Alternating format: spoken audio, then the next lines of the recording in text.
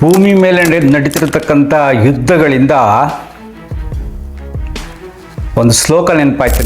ಜಗತ್ತೇ ನಮ್ಮ ಕುಟುಂಬ, ಈ ಭೂಮಿಯೇ ನಮ್ಮ ಕುಟುಂಬ. ಅಲ್ಲಿ ಇರಾನಲ್ಲಿ ಯುದ್ಧ ನಡೆದ್ರೆ ಈಗ ಬೆಂಗಳೂರು ಹೋಟ್ಲಲ್ಲಿ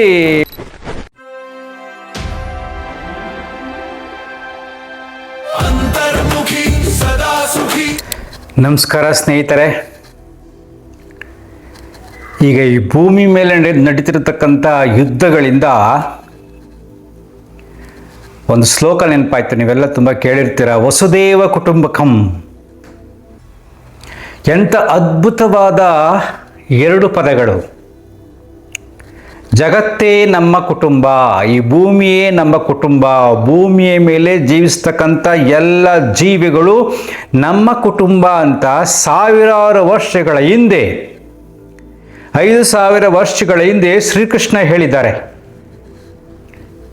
ಈಗ ಅದು ಆ್ಯಕ್ಚುಲಿ ವಾಸ್ತವವಾಗಿ ಯೋಚನೆ ಮಾಡಿ ನೋಡಿ, ನಾವು ಹೇಗೆ ಬೆಸೆದುಕೊಂಡಿದ್ದೀವಿ ಅಂದರೆ, ಇರಾನಲ್ಲಿ ಯುದ್ಧ ನಡೀತಾ ಇದೆ, ಇಸ್ರೇಲ್ ಅಮೆರಿಕ ಯುದ್ಧ ಮಾಡ್ತಾ ಇದೆ.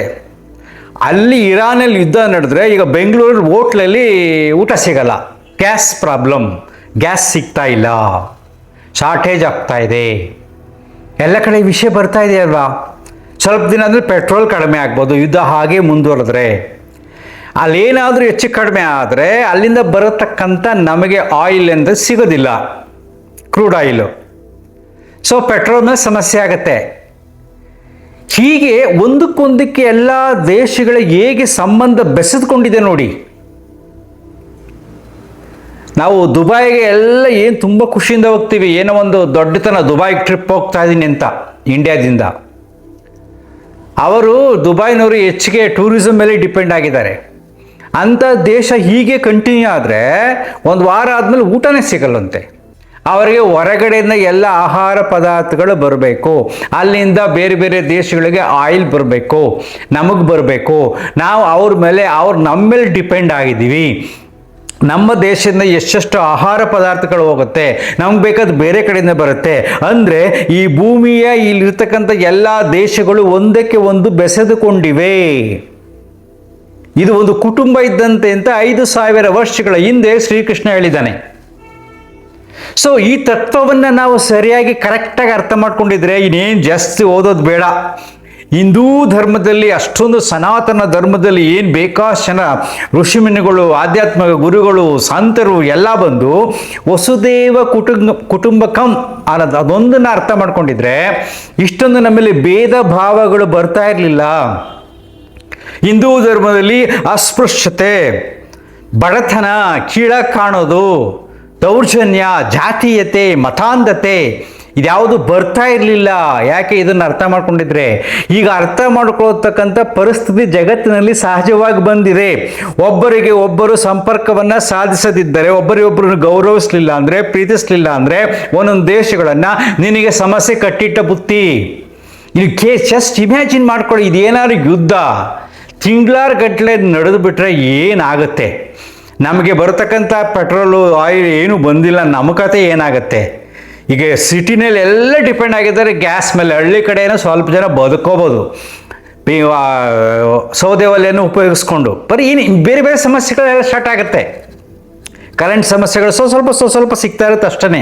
ಸೊ ಇಲ್ಲಿ ನಾವೇನು ಯೋಚನೆ ಮಾಡಬೇಕು ಅಂದರೆ, ವಿಶಾಲ ಮನೋಭಾವದಲ್ಲಿ ಹಿಂದೆ ಹೇಳಿರ್ತಕ್ಕಂಥ ಕೆಲವಾರು ತತ್ವಗಳನ್ನು ಅನುಸರಿಸಬೇಕು. ಈ ದೇಶದಲ್ಲಿ, ಭಾರತದ ಭವ್ಯ ಭೂಮಿಯಲ್ಲಿ ಈ ಜಾತೀಯತೆಯನ್ನು ಹೋಗಲಾಡಿಸಿ, ಧರ್ಮಾಂಧತೆಯನ್ನು ಹೋಗಲಾಡಿಸಿ, ನಾವು ಭಾರತೀಯರಾಗಿ ಬದುಕಿ ನಾವೆಲ್ಲರೂ ಒಂದೇ ಎನ್ನತಕ್ಕಂಥ ಭಾವದಿಂದ ನಮ್ಮ ಸುತ್ತಮುತ್ತಲ ಇರತಕ್ಕಂಥ ಜನರನ್ನು ಒಂದೇ ಭಾವದಿಂದ ನೋಡತಕ್ಕಂಥ ಪರಿಸ್ಥಿತಿ ಸಹಜವಾಗಿ ಬಂದಿದೆ. ಈ ಪಾಕಿಸ್ತಾನ ನೋಡಿ, ಯಾವುದೇ ದೇಶ ಬೇರೆಯವರು ನಾನೇ ಶ್ರೇಷ್ಠ ಅಂದರೆ ಆ ದೇಶದ ಅವನತಿ ಪ್ರಾರಂಭ. ಪಾಕಿಸ್ತಾನದವ್ರು ಏನು ಮಾಡ್ತಾರೆ? ನಮ್ಮ ಮೇಲೆ ಭಯೋತ್ಪಾದನೆ ಮಾಡೋಕ್ಕೆ ಸಮಸ್ಯೆಗಳನ್ನು ಕ್ರಿಯೇಟ್ ಮಾಡ್ತಾರೆ. ಅವರು ನಮ್ಮವರು, ಅಲ್ಲಿಂದಲೇ ನಾವು ಬಂದವರು, ನಾವೆಲ್ಲರೂ ಒಂದೇ, ನಾವೆಲ್ಲರೂ ದೇವರ ಮಕ್ಕಳೇ. ವಸುದೇವ ಕುಟುಂಬಕಂ ಅನ್ನೋದನ್ನು ಅವ್ರು ಅರ್ಥ ಮಾಡ್ಕೊಂಡ್ಬಿಟ್ರೆ ಮುಸ್ಲಿಮ್ಸು ಈ ಸಮಸ್ಯೆನೇ ಬರೋದಿಲ್ಲ. ಭಾರತ ಮತ್ತು ಪಾಕಿಸ್ತಾನ ಚೆನ್ನಾಗಿದ್ರೆ ಎಷ್ಟು ಖುಷಿಯಾಗಿರೋದಲ್ವಾ. ಪಕ್ಕದ ಬಾಂಗ್ಲಾದೇಶ, ಅವ್ರದ್ದೊಂದು ಸಮಸ್ಯೆಗಳು ಈಗ ಸ್ಟಾರ್ಟ್ ಆಗಿದೆ. ಸೊ ವ್ಯತ್ಯಾಸಗಳನ್ನು ನೋಡಿದಾಗ, ಮನಸ್ಸಿನಲ್ಲಿ ಭಗವಂತನ ಹೆಸರಿನಲ್ಲಿ ವ್ಯತ್ಯಾಸಗಳನ್ನು ನೋಡಿದಾಗ ಈ ತತ್ವ ಚಿಂತನೆ ಅರ್ಥ ಆಗದೇ ಇಲ್ಲ. ವಸುದೇವ ಕುಟುಂಬಕಂ ಅರ್ಥನೇ ಆಗೋದಿಲ್ಲ. ಆವಾಗ ಸಮಸ್ಯೆ ಶುರುವಾಗುತ್ತೆ. ಅವ್ರ ಪಾಡ್ಗೆ ಅವ್ರು ಇರಲಿ, ನಮ್ಮ ಪಾಡ್ ನಾವಿರಲ್ಲ, ಇರೋಣ. ನಮ್ಮ ಪ್ರಾಕೃತಿಕ ಧರ್ಮದ ಅನುಸಾರವಾಗಿ ಕೆಲವಾರು ಚಿಂತನೆಗಳು, ಧರ್ಮ ಚಿಂತನೆಗಳು ಬಂದಿದೆ, ಅದನ್ನು ಅನುಸರಿಸ್ಕೊಳ್ಳೋಣ. ಅವರೂ ನಮ್ಮ ಕುಟುಂಬದವರೇ. ಎಷ್ಟು ಸಿಂಪಲ್ ನೋಡ್ರಿ. ಅವರು ನಮ್ಮ ಕುಟುಂಬದವರೇ ಅನ್ಕೊಂಬಿಟ್ರೆ ಎಲ್ಲ ದೇಶಗಳು ಆನಂದವಾಗಿರ್ತವೆ. ಒಬ್ಬರಿಗೊಬ್ಬರಿಗೆ ಪೂರಕವಾಗಿ ಸಹಾಯ ಮಾಡ್ತಾ ತಾನಿರ್ತಕ್ಕಂಥ ಬೇರೆಯವ್ರು ಕೊಟ್ಟು ತನಗೇನಿಲ್ವೋ ಅಲ್ಲಿ ತಂದು ಬದುಕುವ ಕಲೆ ವಸುದೇವ ಕುಟುಂಬಕಂ ಎಷ್ಟು ಸೊಗಸಾಗಿದೆ. ಇದೆಲ್ಲ ನಡಿಬೇಕಾದ್ರೆ ನಮ್ಮ ದೇಶದಲ್ಲಿ ಮನಸ್ಥಿತಿಗಳು ಸರಿ ಇಲ್ಲ. ಈಗ ನಮ್ಮ ಪ್ರಧಾನಮಂತ್ರಿಗಳು ತಗೊಳ್ಳಿ, ಯಾರಾಗಲಿ ಪಕ್ಷಾತೀತವಾಗಿ ಇಂಥ ಪರಿಸ್ಥಿತಿಯಲ್ಲಿ ನಾವೆಲ್ಲರೂ ಒಂದೇನತಕ್ಕಂಥ ಭಾವ ಭಾರತೀಯರಲ್ಲಿ ಬರಬೇಕು. ಈಗ BJP ಪ್ರಧಾನಮಂತ್ರಿ ಅಂತಲ್ಲ, ಕಾಂಗ್ರೆಸ್ ಅಂತಲ್ಲ, ಇನ್ಯಾರೋ ಒಂದು ಪಕ್ಷ ಅಂತಲ್ಲ, ಇದು ಎಂಥ ವಿಷಮ ಪರಿಸ್ಥಿತಿ. ಈಗ ಮೋದಿಯವರು ಏನಪ್ಪ ಮಾಡೋಕ್ಕಾಗತ್ತೆ ಯೋಚನೆ ಮಾಡಿ ನೋಡಿ.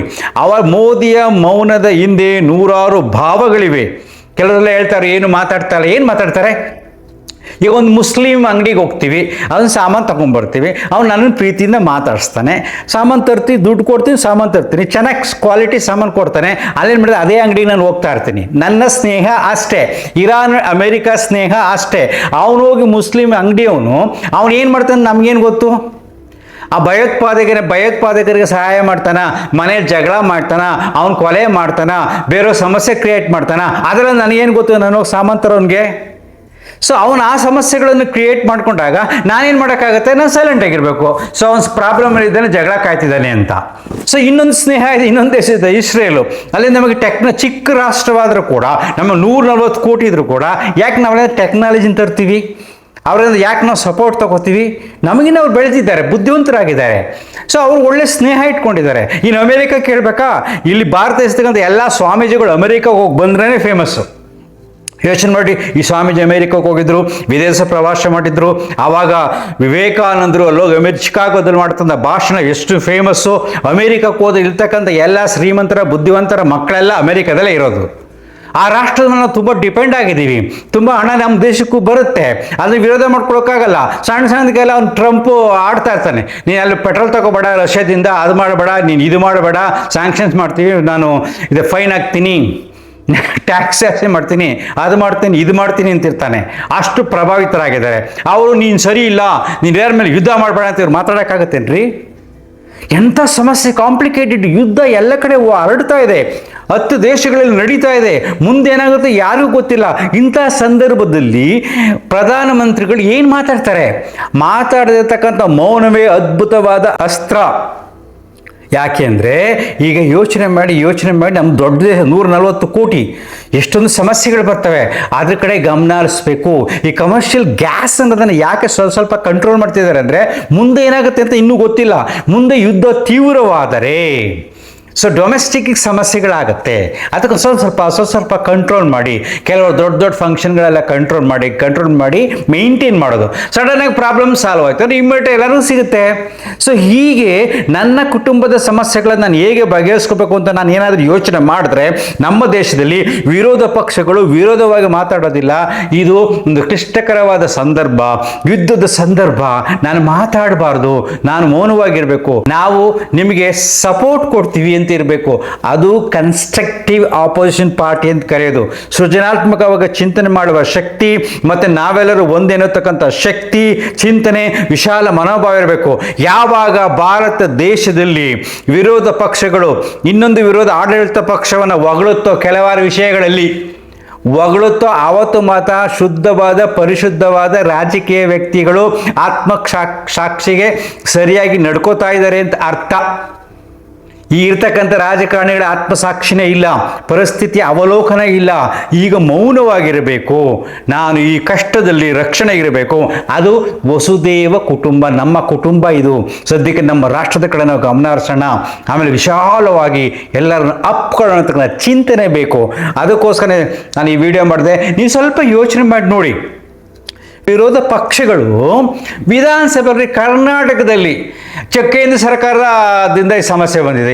ಹೆಂಗ್ರಪ್ಪ ಕೇಂದ್ರ ಸರ್ಕಾರ ಸಾಮಾನ್ಯ ವ್ಯಕ್ತಿ ಟಿ ವಿ ನೋಡಿದ್ರೆ ಅರ್ಥ ಆಗುತ್ತೆ ಸಮಸ್ಯೆ ಎಲ್ಲಿಂದ ಬಂದಿದೆ ಅಂತ. ಈ ಸಂದರ್ಭದಲ್ಲಿ ಕೇಂದ್ರ ಸರ್ಕಾರ ಏನು ಮಾಡೋಕ್ಕಾಗಲ್ಲ, ಆದರೂ ಪ್ರಯತ್ನ ಮಾಡ್ತಾ ಇದ್ದಾರೆ. ಅವರ ಜೊತೆ ನಾವು ವಿರೋಧ ಪಕ್ಷದವರು ಇರ್ತೀವಿ ಅನ್ಬೇಕು. ಅದು ರಾಷ್ಟ್ರ ಪ್ರೇಮ, ಅದು ರಾಜಕಾರಣಿಯ ಸಾತ್ವಿಕತೆ, ಅದು ಚಿಂತನೆ. ಭ್ರಷ್ಟರಾಗಿ ದುಷ್ಟರಾಗಿ ಸ್ವಾರ್ಥದಿಂದ ಯೋಚನೆ ಮಾಡೋದಲ್ಲ. ವಿಧಾನಸಭೆಯಲ್ಲಿ ಮಾತಾಡಬಾರ್ದು, ಹೊರಗಡೆ ಸಣ್ಣ ಪುಟ್ಟ ಮಾತಾಡ್ಕೊತಾರೆ. ಇನ್ನೊಬ್ರು ಹೇಳ್ತಾರೆ, ಓಹೋ ಇದೇನಿದು ವಿಶ್ವಗುರು ಆಗ ಕೊಟ್ಟಿದ್ದಾರೆ, ಅವ್ರು ಏನೂ ಮಾಡಿಲ್ಲ, ಗ್ಯಾಸ್ ಪ್ರಾಬ್ಲಮ್ಮು. ಕಾಮನ್ ಸೆನ್ಸ್ ಹೆಂಗ್ರೆ ಅವ್ರನ್ನೆಲ್ಲ ರಾಜಕಾರಣಿಗಳಂತೆ ಸಮಾಜದ ಸ್ವೀಕಾರ ಮಾಡ್ತೀರಾ ನೀವು? ಯಾರು ಈ ಸಂದರ್ಭದಲ್ಲಿ ಕೇಂದ್ರ ಸರ್ಕಾರದ ವಿರುದ್ಧವಾಗಿ ಮಾತಾಡ್ತಾರೋ ಅವರು ರಾಜಕೀಯ ಮಾಡೋಕ್ಕೆ ಅವ್ರಿಗೆ ಯೋಗ್ಯತೆ ಇಲ್ಲ. ಏನೇನು ತಪ್ಪುಗಳಾಗಿದೆ, ಏನೇನು ನೀವು ಮಾಡಿದಾರ ಅಂತ ಆಮೇಲೆ ಹೇಳಿ. ಈ ಎಲ್ಲ ಸಮಸ್ಯೆಗಳ ಬಗೆಹರಿದ ಮೇಲೆ ಈಗ ಅರ್ಚಿದರೆ ಕಿರಿಸಿದರೆ ನಾವೆಲ್ಲರೂ ಒಂದನ್ನತಕ್ಕಂಥ ಭಾವ ಬರೋದಿಲ್ಲ. ನಮಗೊಂದು ವೀಕ್ ಮನಸ್ಸಿದೆ, ಒಂಥರ ಬೇಜಾರಾಗತ್ತೆ. ನಮ್ಮನ್ನು ಆಳತಕ್ಕಂಥ ವ್ಯಕ್ತಿಗಳು ಅವರ ನಿರ್ಧಾರದ ಮೇಲೆ ನಮ್ಮ ಜೀವನಗಳು ನಿಂತಿದೆ. ಹೀಗಿರಬೇಕಾದಾಗ ಈ ಥರ ದುಷ್ಟರನ್ನು ನಾವು ದೂರ ತಳ್ಳಬೇಕು, ಮಾನಸಿಕವಾಗಿ ಅಟ್ಲೀಸ್ಟ್ ದೂರ ತಳ್ಳಬೇಕು, ಖಂಡಿಸಬೇಕು ಅಲ್ವಾ? ಏನೋ ಸ್ವಲ್ಪ ಮಾತಾಡಬೇಕು ಅನಿಸ್ತು, ಮಾತಾಡಿದೆ. Thank you. ಅಂತರ್ಮುಖಿ, ಸದಾ ಸುಖಿ. ನಮಸ್ಕಾರ.